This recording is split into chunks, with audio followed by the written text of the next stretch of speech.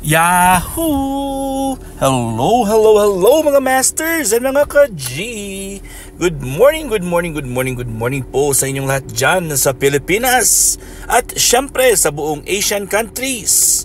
At kung saan ka mang lupalop ng ating daigdig ay good morning, good noon, good afternoon, good evening at good night na po. Sa ready na pong matulog. At welcome aboard sa ating Saturday episode ng ating All About G, the Green Girly Kitty Patuti Iguana Daily Vlogs. Yan po, wala tayong gagawin ngayon dahil free day na naman natin. At bukas pa naman ang ating Premier Marathon sa Bahay Kulitan.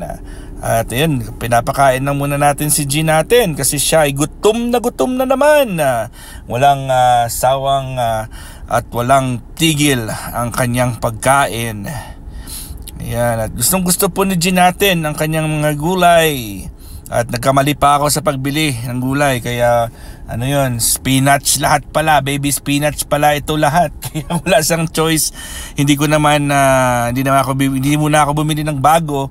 Kasi para maubos muna, isang malaking baby spinach pa naman ang nabili ko sa kanya. Siguro bibili ako ng maliit lang po na panghalo lang para hindi naman mauumay ang G natin. Pero yun po, kumakain pa rin po siya. Wala naman siyang pakialam kung spinach ng lahat.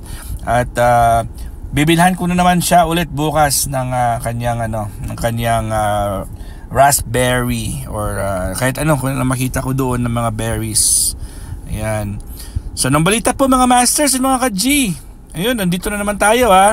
Maraming salamat talaga sa inyong full love and support sa ating premiere dito po sa ating All About G. Kasi si G natin ay pinapaflex ko lang po sa inyo kung gaano po siya kalakas kumain. At ako'y happy din kasi may mga times din po na walang gana ang G.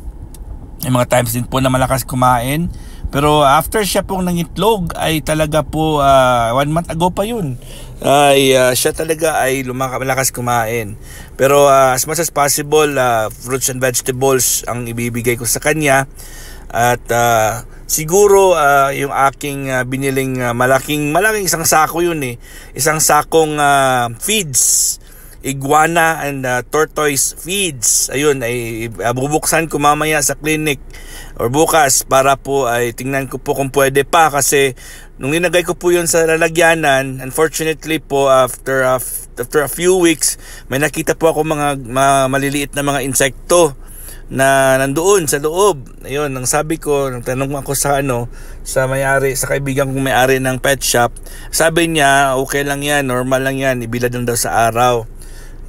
Titingnan ko rin po kung ang mga insekto ay buhay pa or patay na rin kasi pwede ko raw ipakain yun sa ating isang alaga, yung ating gecko, kung kasya po sa kanyang bibig. Ayan. So, anong balita mga masters and mga ka-G? Ayun, ako po ay magle-lecture na naman tayo. Hanap tayo ng another lecture kung ano ba yung pwede nating i-lecture sa inyo. So syempre, na-lecture na po natin yung ating apple cider, ang ating no drinking of liquids during meals, yung position sa pagtulog. Ayun po, at syempre yung ating yung sa saging pala, yun iuulitin ko naman ulit sa inyo mga masters at mga ka-G. Saging. Although po ang saging ay considered po as high in potassium, that's according to the doctors and syempre sa mga researches. Pero ang saging po ay hindi naman talaga mataas ang kanyang potassium. Sobrang taas talaga na very significant. So sa atin dyan, sa mga hindi po nag-exercise at hindi po napapawisan palagi, sino ba sa inyo dyan ang walang mga daily activities o mga exercises na hindi naman talaga pinapawisan? Hindi ko po ina-advise sa inyo ang kumain ng saging. Tandaan nyo po hindi ko po ina-advise kasi po yung saging ay it creates damp energy. Damp is, yung ibig sabihin ng damp energy is parang ano po yan, yung basang-basang tuwalya, halimbawa t-shirt o tuwalya. Basahin mo siya at saka i-roll mo lang po siya, i-crumple mo lang at ilagay sa gilid. Ayun. So hayaan mo siya sa gilid. After mga ilang araw, buksan mo at amuyin, ang baho yan at saka hindi siya tumuyo. Kung tutuyo din po yan, ay matigas po siya at kakapit at kumakapit po yung parang bato yun yung kanyang consistency. So yan na po ang mangyayari sa katawan natin. Pag kumakain po tayo ng saging at hindi po tayo nag-exercise at hindi po tayo nagpapawis, ang mangyayari po dyan, mag-create po yan ng phlegmas at mucus sa ating katawan. So mucus and phlegm is very bad for the body because it can create sa lung problems, congestion of the lungs. So yung iba po dyan, parang merong plema sa loob ng kanilang baga at parang nahihirapan po silang huminga. Yung iba po dyan, may asthma, may sinus congestion, may difficulty in breathing. Yun po, at yung iba dyan ay madali po silang kapitan ng ubo at sipon. Meron po ba sa inyo dyan na all throughout the year ay nagkakaroon po ng plemas, para gumaganon-ganon lang sila palagi? At meron ding parang mag-iigad po sila, parang ganon-ganon, makating kanilang lalamunan. Mga masters at mga ka-G, yan po ay isa sa mga epekto ng mucus and phlegm na hindi po nawawala sa katawan natin, particularly sa lungs. Hindi lang po sa lungs ang affected ng ating mucus and phlegm. Pag may mucus and phlegm po tayo, ang tendency po niyan ay bibigat din po yung ating dugo. So pag mabigat at sticky ang ating dugo dahil meron po siyang asukal, yung alam nyo ba yung saging ay mataas po sa sugar level po yan. Very high in glucose level po yan. At pag very high in glycemic index or glucose level, ay may tendency po yan na hindi po metabolize yung sugar at syempre mapupunta po yan sa ating hindi po siya ma-metabolize ng ating kidneys. So ang mangyayari po diyan ay magiging concentrated po yung ating ihi. O di ba? Sino ba sa inyo diyan yung naaamoy nila parang super panghi ang kanilang mga ihi? At syempre pag hindi na metabolize po mabuti o malinis ng mabuti ng kidneys natin, ay mapupunta din po yan sa ating dugo. So yung ating sugar, pag meron na punta na po sa dugo natin, magiging mabigat at magiging malapot po ang ating mga dugo. Ito naman ang problema, pag malapot yung dugo natin, syempre yung ating heart ay magkakaroon na ng problema. Kasi kailangan na po ng heart natin ipadaloy ang ating sirkulasyon. So kung mabigat po yung ating dugo, syempre mahihirapan po siya dumaloy sa ating kaugat-ugatan, sa ating mga nerves, veins, arteries, diba? Sa mga ganun natin at sa circulation natin. So pag mahirapan siya magdalo, hindi pala sa nerve, hindi pala dumadalo dyan sa nerve kasi yung nerve is ugat natin yan, pero sa ating mga arteries and veins. So pag meron siya, pag mabigat po siya, ang heart natin ay kailangan siyang mag-beat with force. Kailangan ng puwersa ng ating puso para po ay ipadaloy po yung mabigat at malapot na dugo. So pag medyo pag kailangan ng extra effort ng ating heart ang mag-beat para po ay padaluyin po yung dugo, syempre tataas po yung blood pressure natin.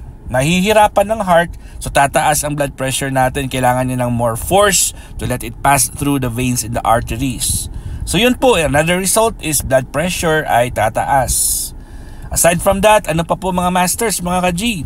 Pag malapuyot o malapot na po yung iyong dugo, ay pwede ka magkaroon ng mga circulation problems, mamamaga yung inyong mga binti, yung inyong mga paa. Bakit? Kasi most of the time po tayo ay nakatayo o nakaupo. Siyempre yung ating gravity, saan ba napupunta yung ating dugo? Hindi saan ba napupuntang mabibigat? Siyempre sa pinakababa, sa ating paa. Ay kung meron na tayong problema sa ating dugo, malapot na yung dugo natin, siyempre pag dumalo yung dugo natin pababa kasi mag-circulate yan, mahihirapan po siyang bumalik sa taas because of gravity. Kaya what happens, most of the weight will stay sa ating paa or sa ating binti. Yan din po yung one of the reasons why kung minsan mamaga po yung ating mga legs at ating mga binti, ay kailangan nating i-elevate ang ating legs. Kailangan na po 15 minutes lang po at huwag pa sobrahan. At elevate lang higher than our heart. So kung nakahiga ka, kailangan lang po yung paa ay mas taas-taas lang po ng konti sa ating heart at huwag masyadong mataas. at hindi dapat lalampas po yan ng 15 minutes or more kasi pwede ka magkaroon ng backflow na minsan ay ma-overload din po yung heart natin kasi babalik yan at magtatrabaho na naman ng malakas ang heart natin kasi kailangan niya naman ipadaluyin yung dugo. Ano pa po? Siyempre kung yung circulation natin ay bad sa ating extremity, sa ating legs at ating mga binti, pwede tayo magkaroon ng varicose veins. So very common po ang varicose veins sa may mga makakapal at mabibigat at malapot na mga dugo. And then syempre, due to gravity naman, mahihirapan po umakyat ang ating circulation sa mata natin, sa ating utak at sa ating ulo dahil po ay gravity, di ba? Mabigat ang dugo kaya mahihirapan sila kasi nakatayo tayo palagi. Lalo na kung matangkad ka, di ba? So mahihirapan po ang pagdaloy ng dugo sa ating sirkulasyon. Pag sinabi nating sirkulasyon, kasama na po diyan ang liquids, ang nutrients, ang oxygen, ang tubig at syempre ang ating dugo. Mahihirapan po siyang umakyat doon. So what happens is in the long run ay magkakaroon po tayo ng mga problems sa ating vision, sa mata, sa ating memory, sa brain, di ba? Or pwede rin tayo magkaroon ng mga forgetfulness, or Alzheimer's, dementia. Alright. So, ayun po. Wag iwasan po natin kumain ng saging. Yung saging po na dilaw, yung saba, okay lang po yan. Pero yung mga hinog na saging, yan po iwasan natin. At syempre, bawal po iwasan uminom ng any liquids habang kumakain para hindi po tayo magkakaroon ng phlemas at mucus kasi yung umiinom habang kumakain ay magka-create din po ng phlegm and mucus po yan. 1 hour before, 1 hour after po tayo iinom habang kumakain. Alright mga masters, I hope na meron kayo na learn for today. Kita-kits ulit tayo bukas at syempre meron naman tayong Premier Marathon sa ating bahay kulitan at hanggang dito lang po tayo. God is great! Yahoo!